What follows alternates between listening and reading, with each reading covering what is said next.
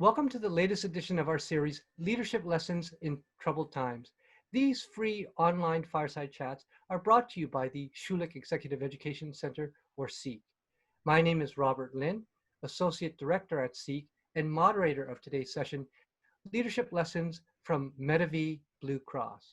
Medavie Blue Cross is a premier all-in-one carrier and public health program administrator that ensures and manages healthcare benefits for 1 in 12 Canadians nationwide. Our guest today is Anita Swamy, Vice President Operations at Medavie Blue Cross. Anita will be interviewed by Alan Middleton, SEEK's Executive Director. If you have any questions during the session, please feel free to use the chat function at the bottom of your screen. We will try to ask as many of your questions as time permits. Also, we will be recording this session for those people who are not able to attend today's live event. Now, let's get started. Alan, over to you. Thank you very much, Robert, and it's an absolute delight to welcome in Anita. And Anita's videoing in from beautiful downtown Nova Scotia, which I'm told by Anita is also sunny and beautiful today, so she should actually be outside. Welcome, Anita. Thank you, Alan. So let's talk about Medavie a little first. Robert gave a bit of an introduction, but if you're very much part of the healthcare management process here, how have you been seeing the evolution of what's been happening back since March, February, and how are you guys seeing the future? And then we'll come and talk about the staff and more general, but in general, how are you seeing things? Well, a lot has changed for us as a healthcare company in Canada since March.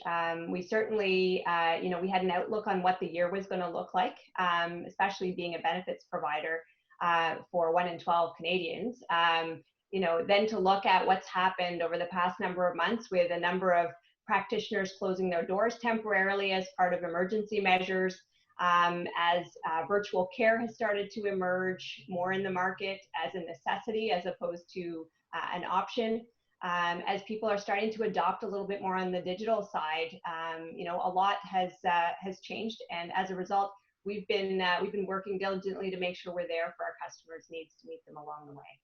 So you've been part of the group. I always think that the two groups, those sadly who've been put out of work, and then the rest of us who seem to be working twice as hard. Exactly. Yeah. You've been working, but you take a break after this one. What kind of, as you think about the future and some of the stuff you've been engaged in as the market has changed, what do you think the big differences are going to be that will affect your customers? I think the needs of the customers are evolving. So I think we've already started to see the beginnings of that. We've started to see more demand for digital options for our members. And we've also started to see a little bit more sensitivity around people's pocket money, and people are more interested in making sure they're getting value for the precious dollars that they need to spend on insurance or other discretionary spends that they may have. And so we've noticed that evolution.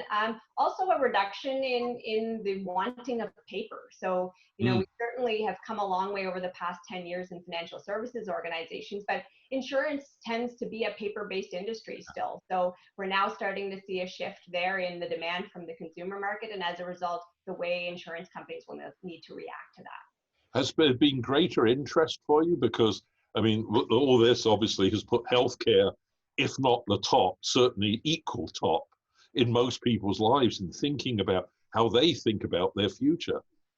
Absolutely. Yeah, there's been a lot more of a fruitful conversation about it with our customers as well. People are willing to take the time to tell us what they're looking for and what they need more of. And I think that's been really beneficial for a customer-centric company such as Medavie Blue Cross, where we really are out there listening for that input and wanting to evolve our products and services to meet that demand.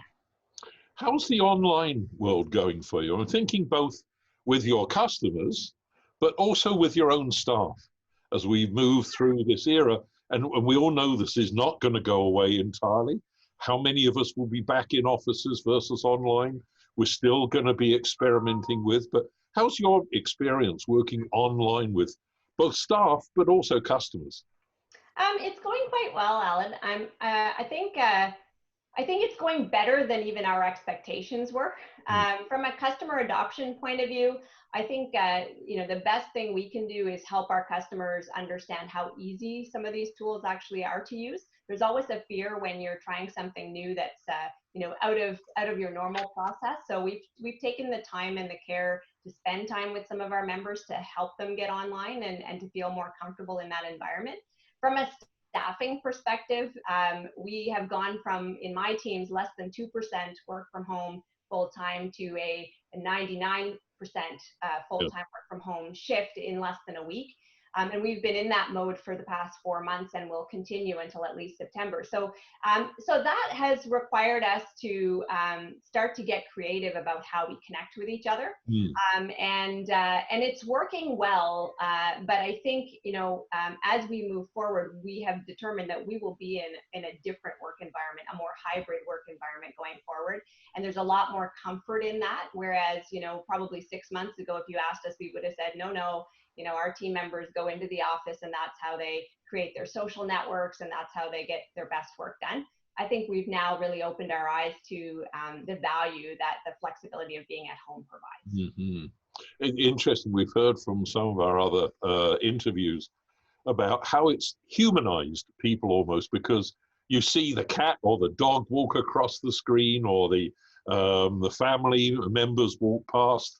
So in a way, you get a better sense that you're actually dealing with family in some of that. So it's had some interesting consequences, but there's also the over Zoom exposure.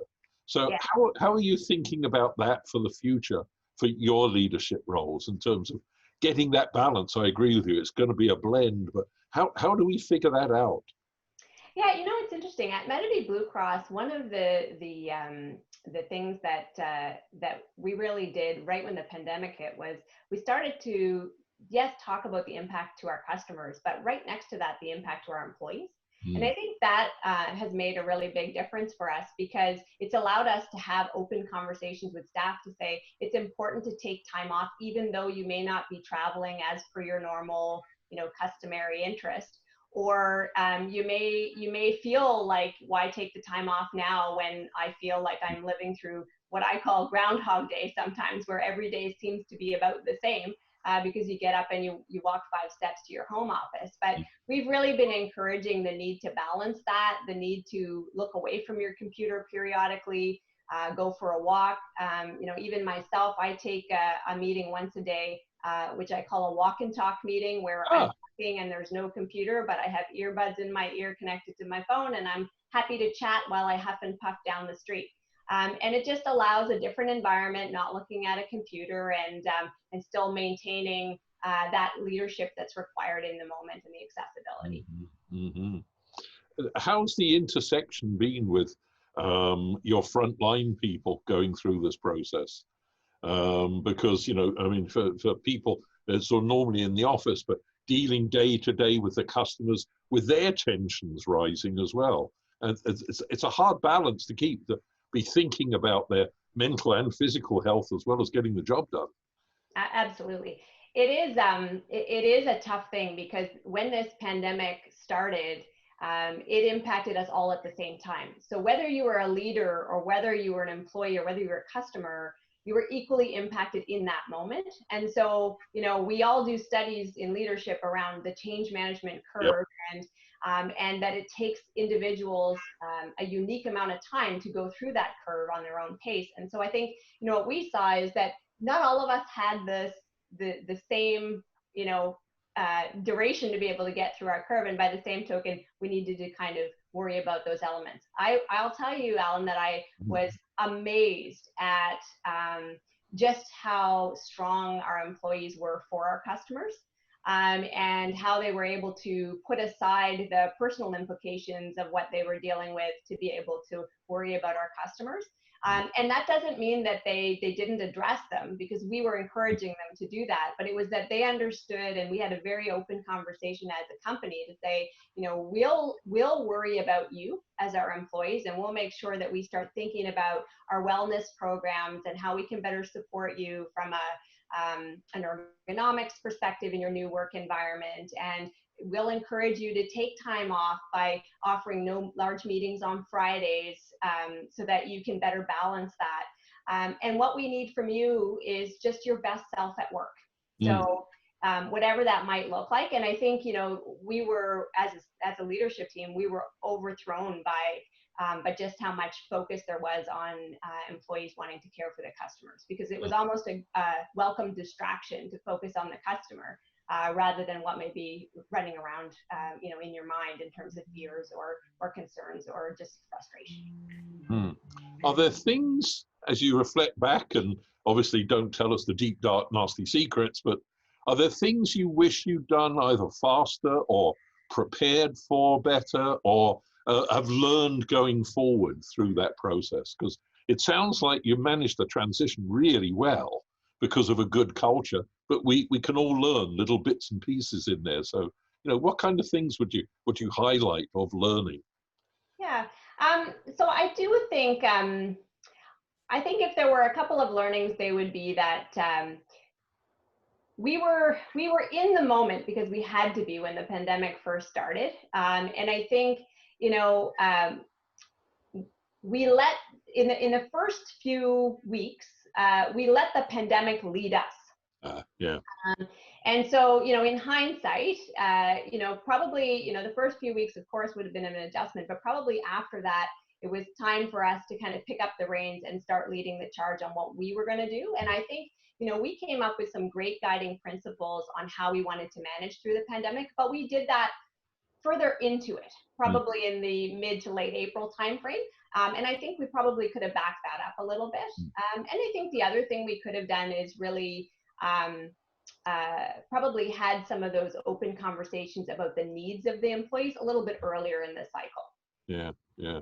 Now, you're part of, obviously, a Blue Cross, with a bigger global organization. Was there any learning from what was happening? And I don't want to put you on the spot and comment on what's happening in the States, but was there value, or was that very much self-generated? No, I think there's a lot of collaboration between the Blue Cross Blue Shield Association groups. And so, I think all of us, even across Canada, provincially, we had very unique nuances going on province to province, let alone what the United States was doing, and Canada. But in the Blue Cross Blue Shield Association, the conversations were really helpful, to be honest, because I think, you learn a lot from how people choose to react or don't. And what we realized, in Medavie Blue Cross in those conversations is that our conviction for the personalized conversation with our members is a lot deeper seated in Canada than perhaps in the States. So, whereas, the States may very well have done an email blast to let their members know that they're there for them, Medavie Blue Cross, my team certainly made call outs to a significant number of members to let them know that we're here for them and to help them, feel better about getting on digital and so on. So it's just a very different nature of the business. But I think those conversations, and I think a lot of them are going on across industries as well, across borders, they're so imperative because they really do allow you to get different perspectives, test some theories, understand what lessons learned are from other countries and other industries, and then apply your best practice with the information you have. Absolutely. One of the other themes we've heard from other leaders, and I'm hearing from you as well, is breaking down the silos, both internally and externally, which often get in the way of that kind of communication, but also speedy response. We heard from a couple of healthcare leaders in Toronto about how the Ministry of Health was working better with the hospitals, working better with some of the suppliers. Is that something you've experienced as well? Absolutely. I think with our partners internally to support the business, we've had a lot more collaboration and a lot of a greater sense of urgency, I would say, as well. And also, you know, we work with the other Blue Crosses across the country as well for our national business. And that interaction became so critical because when we have national business, even though, you know, our primary service area for Medavie may very well be, you know, Ontario, Quebec and East. Right. So we do support national business. So when we have a Sobeys employee, for example, who may be, you know, in a different locale, we want to make sure they're getting the same level of service and care, and that therefore our partners are also well looked after. So that collaboration becomes very, very important. Yeah, and complicated for you because, as we talked earlier, different provinces and even different areas within provinces are taking different timetables and different viewpoints on how to do things. But, you know, so that ability to work nationally or even Ontario, Quebec, and Maritimes, Newfoundland, really critical, getting that communication together. So how did you manage the communication issues? Because, again, one of the other themes we've heard, and you talked about this a bit, that instead of just sending emails out, you were online as much as possible. But we had a question a couple of speakers ago, which is, when you don't know exactly what the future holds, should you admit that? And you know, or are we supposed to be, you know, know-alls of what the future will bring? How did you work that communication and that sense that both employees and also customers were saying, oh, what's going to happen next? What impact will it have? Do I have enough money to cover me? Something goes wrong, and those kind of questions. Well, I think the answer to your first question there is absolutely, even when we don't know the answer, we need to be able to say that. I think that's very important. I think trust and honesty and openness are three things that are really, really critical, especially in times of chaos. And I think with the strength in that trust comes empathy, right? And throughout, you know, this time we grew on our mission of improving the well-being of Canadians to guide our actions and inform our decisions, right? And we've kept our core values: caring, accountable, responsive, innovative, and community-minded, always front and center. Yeah. You know, as a team, we've been committed to making sure that empathy comes first. And I mentioned to you earlier that we made some call outs to our members specifically to see how they're doing. That's part of our caring DNA. That's part of the values that we have.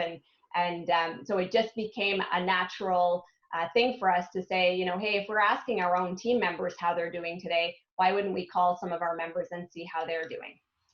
I think just as we knew that being prepared and understanding what's next brings people a bit of calmness. So, you know, it was important for us to open a conversation with our staff. In fact, our CEO and our president engaged that very quickly and continued the practice of that on a weekly basis to start, and then have continued that since.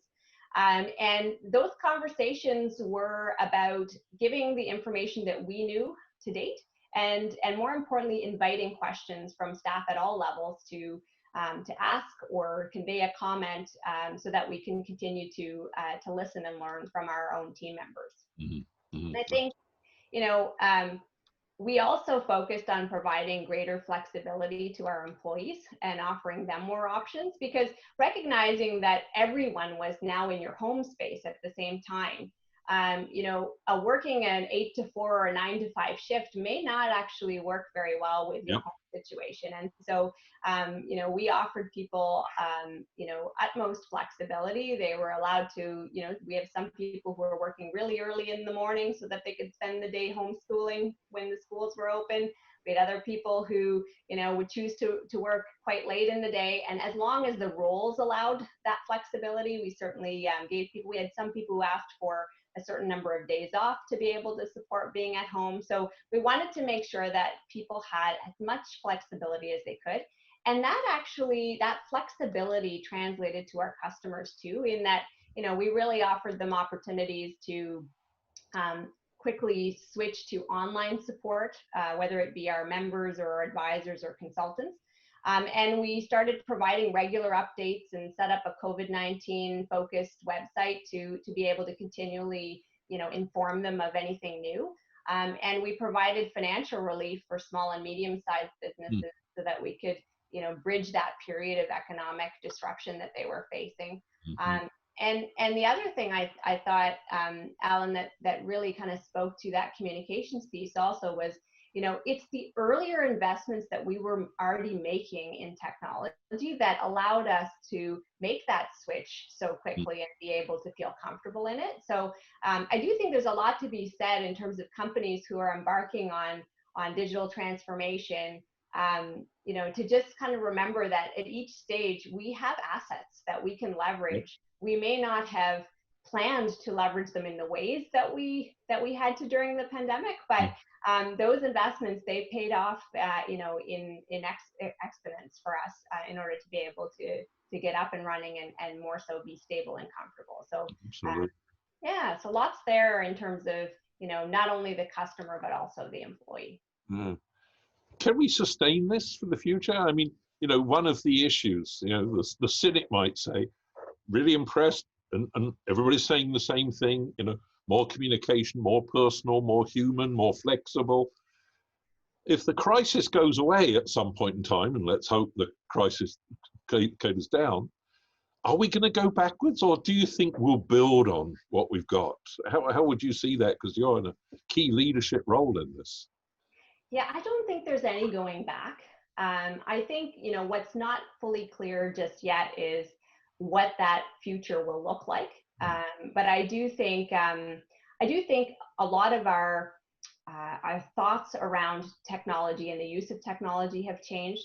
I think our thoughts on what's essential and what's non-essential have also changed as a result of these past few months.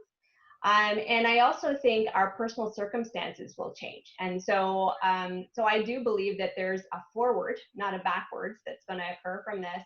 And without my crystal ball here, I would say to you that I think it's some sort of hybrid of where we are right now. Where is this current state sustainable? I don't think so in its exact state.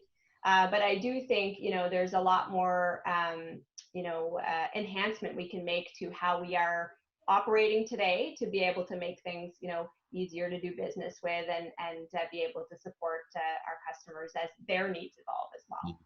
Mm-hmm. What's been the response of your corporate clients in this area?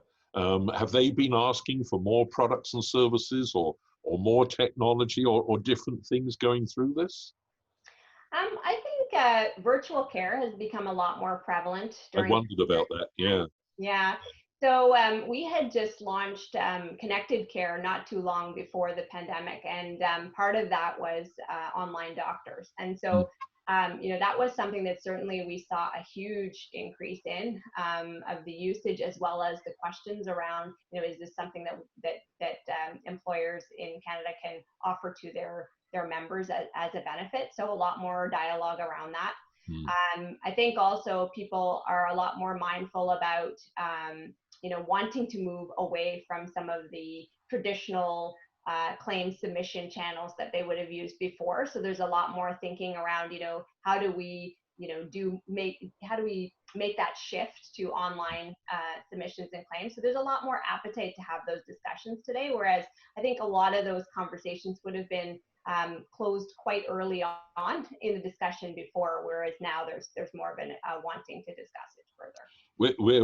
We interviewed Rue Tager last week, who's head of nursing at Sunnybrook here in Toronto. And that was one of the things she was talking about, which is one of the changes they're expecting. It's exactly what you said.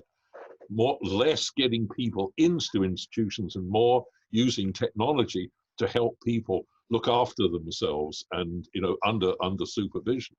So that will be one area, obviously, for huge technology change. Is that something that you as an organization would work with government and healthcare institutions to try to put together or facilitate? Yeah, so we're very much in those conversations, and not only from the private perspective, but also in the conversations with, where government directives take this next. And I do think as an industry right now, what is online effectively today is the appointment with the doctor or the practitioner. I think going forward, as we enhance in that go forward world, the question is, how do we make part of the therapy, that virtual connection? Because I think right now, instead of going to the doctor, you're having a conversation online. That's wonderful. I think the next thing is, how do we advance that so that that therapy or help is coming from that interaction? Absolutely. I'm going to go to a chat box in just a second, but over 10 years ago, with one very large pharma company, they were doing online blood sampling.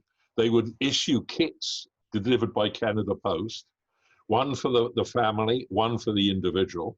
The individual would tap in, the data would be transmitted, in this case, in these days, to a call center. If it was in a certain range, then nothing would happen. If it was outside the safe range, it would be referred to a clinician. So this is 10 years ago. Right. And so, yeah, I absolutely see that. We have a question from Juliet. How did your company manage supporting plan members who lost their coverage due to having been laid off, especially those who have chronic conditions or require specialty medications? So thanks for the question. I think there are a lot of different combinations of challenges that came during that time. Layoffs certainly were one. And the range of products that we have at Medavie Blue Cross allows us to have other alternatives for scenarios where there isn't group coverage, because individual coverage also is something that we provide. So certainly working with affected and interested parties to say, okay, well, if you are looking for alternate options, we certainly do have a wide variety of coverage options depending on health scenario, et cetera, to be able to look at that. So I think that certainly helped from a stress point of view in cases where people were impacted. And there were many employers who were extremely fair about the scenario also. In terms of layoffs and what that meant to people's health and dental and disability benefits. And so in those cases, my team would have been heavily involved in being able to make sure that there was benefit continuance if that's what the plan sponsor had intended for their impacted members. So, a number of different scenarios, but I think, having a range of products that allow both the group as well as the individual support for members, allowed us to have that conversation and be there in that way. Mm-hmm. One of the other themes I'm hearing, and I'm hearing this from you as well, is we've tended to take in Canada a slightly more long view of cutting people off. There was a YouTube piece that went round from a truck driver regularly going across the US-Canadian border, talking about how they're even charging for the COVID-19 testing in the US. That's if you can get into it. So somehow, and I'd like your observation on this, we sometimes need to pat ourselves on the back, but we seem to have got a better collaboration going in our whole health approach to this than some others globally. And I'd like your comments on that.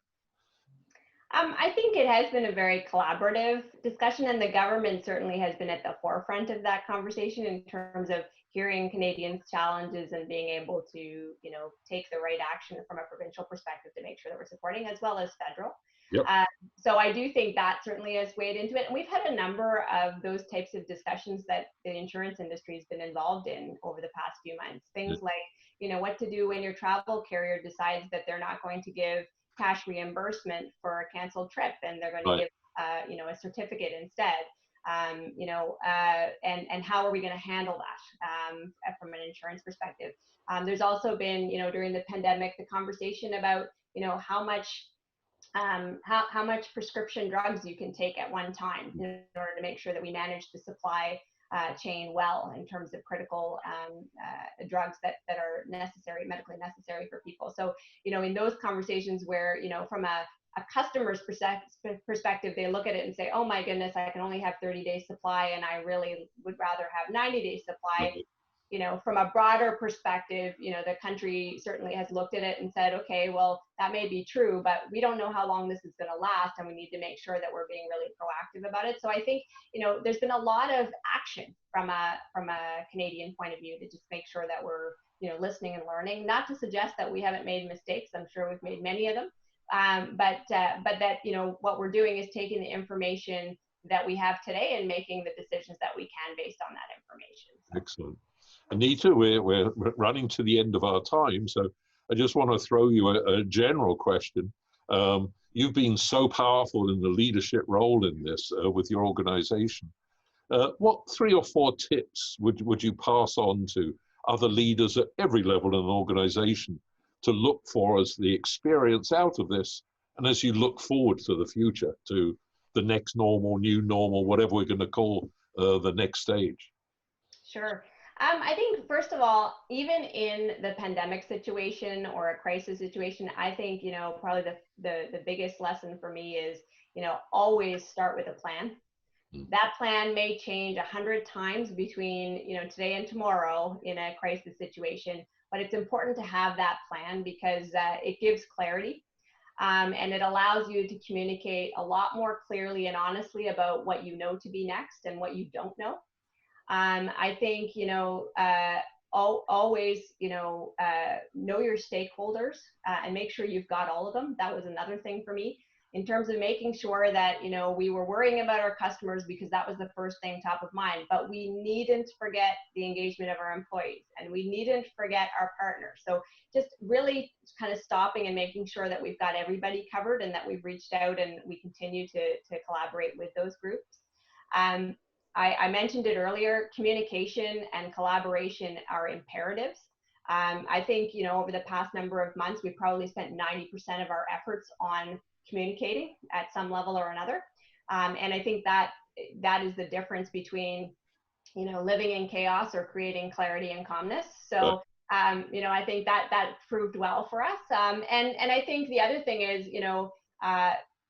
and I think, this definitely has happened in our company over and over again, but I think it's important to balance. So it's so easy to get swept in the winds of what's happening and the new information that's there that you may very well forget yourself in that. And I think, it's really important, especially in this type of scenario where you don't know where the end is. So you can't with confidence say, okay, it's just 2 more weeks and then I'll be back to normal. You don't have that. So, it's important to rest up, to rejuvenate, and to get that energy so that you can keep prospering. So, so those would be my few last comments around that. Excellent. Anita, I'm going to hand back to Robert for the close in just a second, but thank you so much for this. And please take your own advice. Go and relax this afternoon after spending time away from your busy role. So thank you for this, but over to you, Robert, to close us off. Thanks to everyone for attending today's session. Really, really appreciate it. Please feel free to join us for our next Fireside Chat, Leadership Lessons from Cadillac Fairview. That's tomorrow on Wednesday, July 22nd at 11:30 a.m. with Jose Ribao, Executive Vice President at Cadillac Fairview. And special thanks to Anita for being here this afternoon. Have a great day, everyone. Thank you, everyone. Thank you, Anita. Thank you.